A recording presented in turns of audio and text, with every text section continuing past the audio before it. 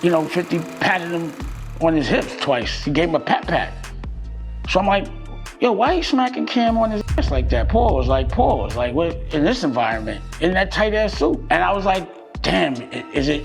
Cause I started to think, cause I went down like a rabbit hole. I got mad, literally, paused for a second, like, damn, is he over there because he got to a certain place and they think they could be smacking him on his ass now and all that? I got so upset that I called British.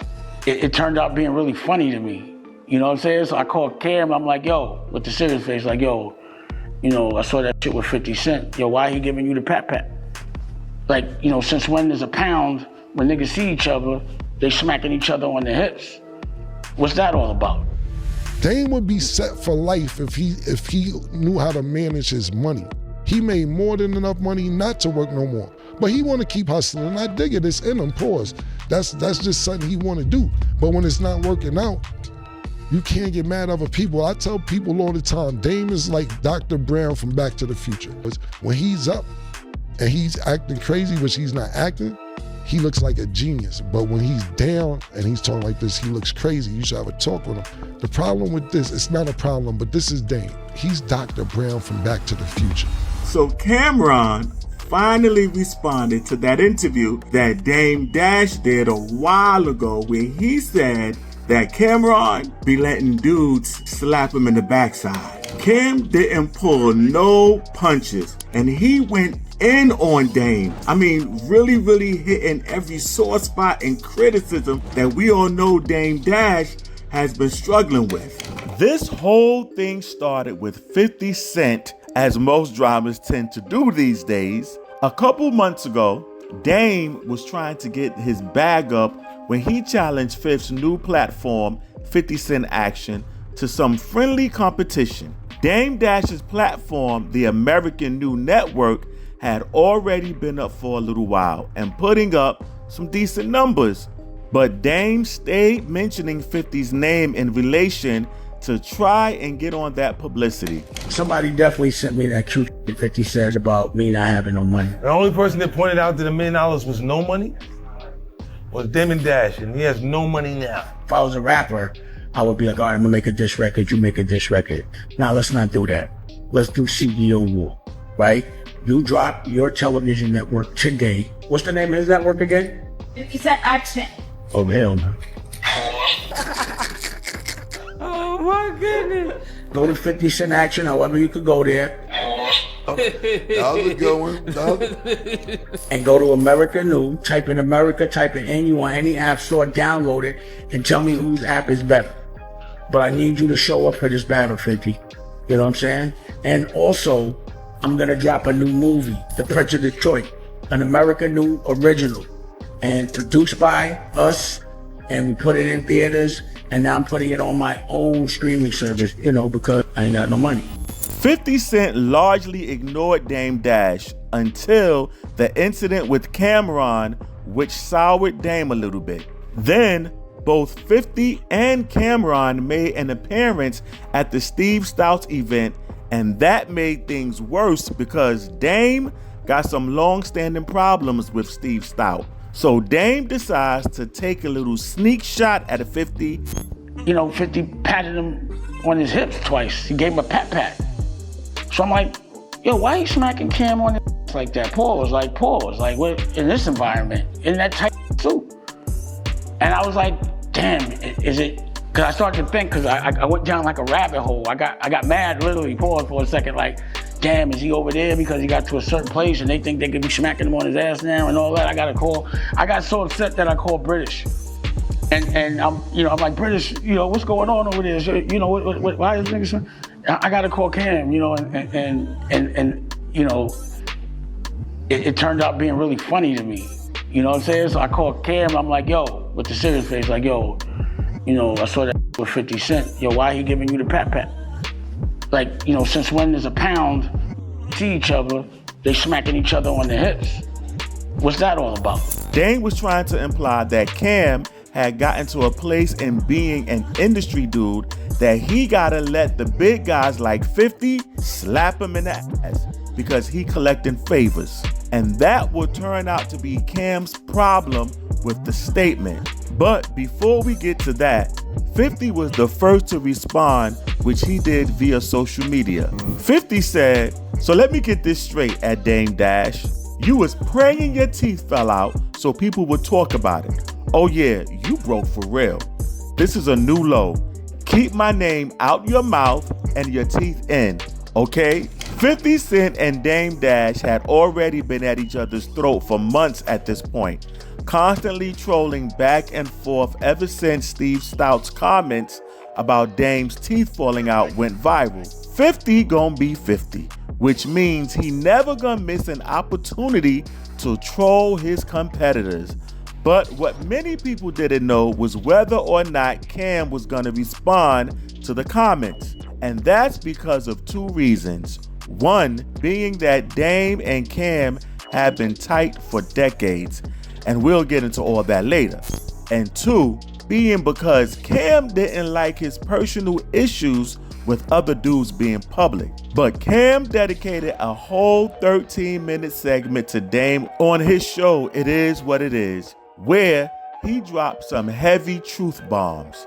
One of the first things Cam wanted to clear up was that Dame called to ask permission to talk about the incident in an interview, but took it to a whole nother level and a whole nother place when Cam said, "No problem."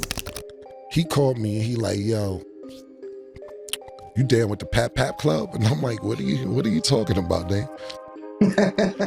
Now I seen you with 50. You came in and padded your pockets. What's up with that? I said, pardon me. I said, it wasn't nothing. It was all good. He said, nah, Cam, you can't be down with the Pap Pap Club. That's a Pap Pap. I was just laughing. I said, this nigga Dame is crazy. So he says, "Yo, you mind if I talk about it? Because me and 50 going through something." I said, "I don't care, do whatever you want to do."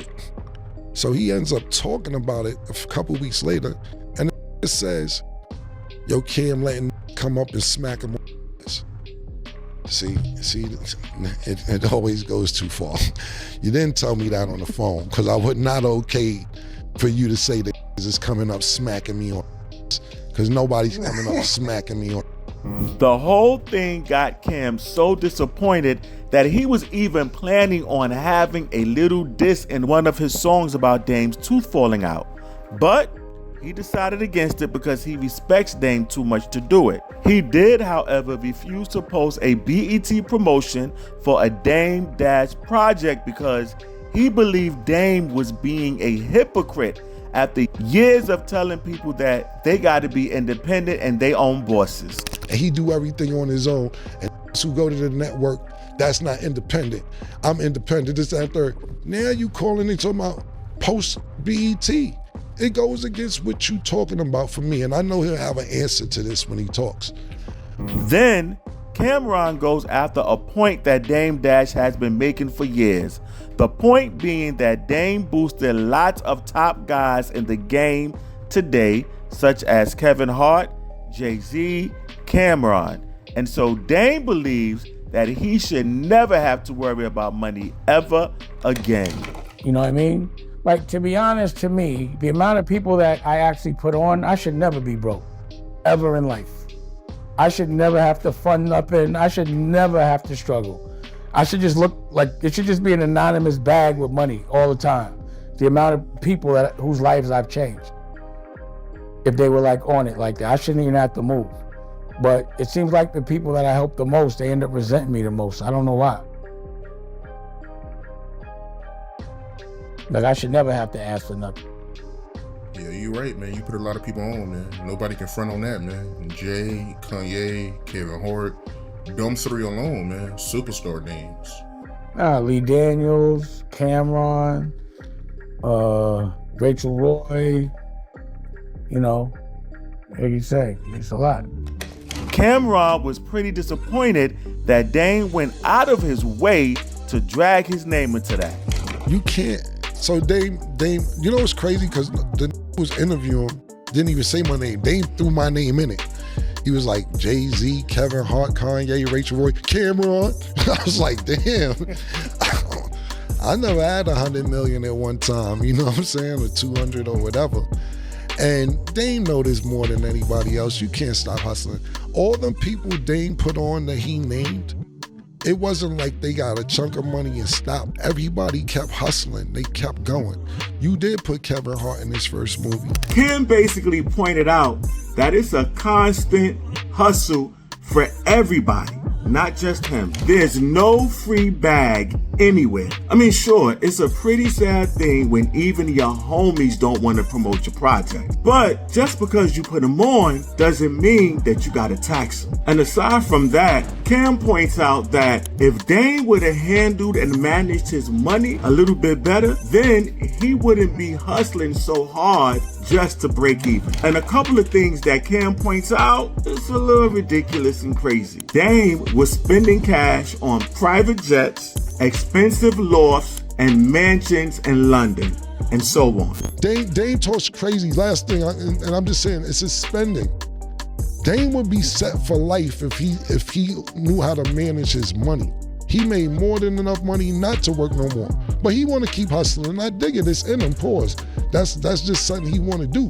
But when it's not working out, you can't get mad at other people. I tell people all the time, Dame is like Dr. Brown from Back to the Future. To end things off, Cam'ron says he usually puts up with Dame's smart talking because he's the big homie. But he does consider a lot of stuff he says to be verbal abuse. You spend crazy and you talk crazy to people too.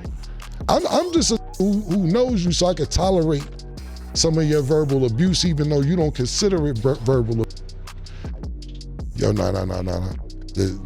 Yo, imagine sitting you just walking in the house and say, yo, watch your shoulders because that's museum wall right there. That ain't apartment wall or sheetrock wall or whatever wall. It's museum wall.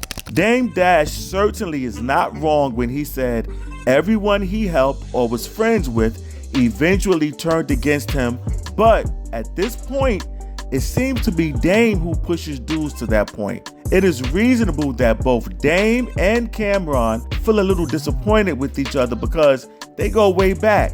I mean, way back. Cam'ron, alongside Mase, not only come from Harlem just like Dame Dash, but they both also went to the same high school at the Manhattan Center. Dame was a couple of years older than Cam'ron, so he wasn't there when Mase and Cam were ripping up the court as they looked to make their way up to the NBA. Both Cam and Mase would end up going to different colleges to play college basketball, but they both dropped out on account of bad grades and returned to Harlem to a different type of hustle. Mase and Cam started their rap careers as part of a group called Children of the Corn, a group that had one of the coolest MCs at the time on it, Big L. Big L, who unfortunately died way too soon in 1999, was the first one out of that group to get signed to a major label and release an album. It did open the door for the other members as Mase got to meet Puffy at a rap convention in 1996 and signed to Bad Boy Records that same year. Mase would go on to be very successful at Bad Boy Records, releasing his debut album, Harlem World, which went #1 on the Billboard 200 chart. Mase did songs with Puffy, Mariah Carey, and even Biggie. Mase wasted no time giving back to his homie. He introduced Cam to Puff and Biggie before he died, and that's how Cam'ron got signed to Epic Records under Lance Rivera. There, Cam released his first album, which was reasonably successful. But more importantly, he founded his own music group, Dipset, which included Freaky Zeki and Jim Jones. I'm Freaky Zeki, Hype Man, Road Manager, whatever else need to be done. Family, it's my cousin, it's all family right here. That's basically what you gonna see when you see me. You love it. My man right here. Jim Jones, what's poppin'? I do it all. You see me with my man, that's my partner. Although Cam was releasing charting albums and running a group, his money wasn't right because his label deal was pretty bad. When his second album got released under Sony and Epic Records, Sports, Drugs, and Entertainment, an album many referred to as a classic and Cam's best work, it only charted at #14 on the Billboard 200, selling just over 73,000 copies in its first week. Cam claims that his label didn't know how to market him properly, and on top of that, the splits weren't high. Now, at this point, Cam and Mase were already in the middle of a falling out. Mase was the only one not to have a feature on Cam's album, while the likes of Jimmy, Freaky Zeke, and Joel Santana all had spots on the joint. At the time, Mase was entering his Pastor Mase era, and he fell out with both Cam and Jim Jones. Now, at first, they tried to play it cool, but everybody remembers that infamous Hot 97 call with Angie Martinez, where Cam and Jones called into the show to verbally beat up Mase. Me and you didn't have a conversation about that. I'm not saying you didn't. I didn't say that I had this conversation with you. Trip that you just said. Me and you never talked about splitting it. Me and you never had a $50,000 conversation. So for you to sit up here and lie, that's a lie, and you're irreverent. Cam, you're irreverent on the radio telling lies. We didn't talk about no Cam lying, yo. We said that the people at the record company will take the money and go to Cancun. You said rap is the devil and you're rapping? So Cam couldn't ask Mase for help at the time. Instead, it would be Dame Dash, part owner of Rockefeller Records, who would step in to rescue Cam's career. He got Cam the record deal in 2001, despite Jay-Z not completely being on board, which was the same case when Dame signed Kanye West. Cam enjoyed the most success under Rockefeller. His third album debuted at number 2 on Billboard 200 and sold over 226,000 copies in its first week in 2002. Dame found a spot for Cam in his movie Paid in Full. Dame was also the one who got Cam his own record label, Diplomats Records, where he signed Dipset to. Dipset hit the height of their popularity under Rockefeller and Dame Dash as they released a series of banging mixtapes as well as a certified gold album. Cam was a certified Dame Dash soldier, and when the internal struggles was happening in Rockefeller between Jay-Z and Dame Dash, Dame would promote Cam to VP without approval. This is where things came undone, as Cam made the mistake of announcing it too early, which screwed both him and Dame Dash over. Cam'ron's fourth album ended up getting delayed by over a year and came out without much or proper promotion. He still played loyal to Dame Dash though, even after leaving Rockefeller, and he released a 7-minute diss track. You got to love it. Targeting Hove. So Dame and Cam have been tight for decades, and they've really never been through it like how 50 came between him and Jim Jones. And although it seems like 50 is striking again, it's unlikely that the Pat Pat drama, as funny as it is enough to ruin their long-standing relationship. And y'all, that's all for me. So go ahead, comment, like, share, and I'll see you soon. Peace and love.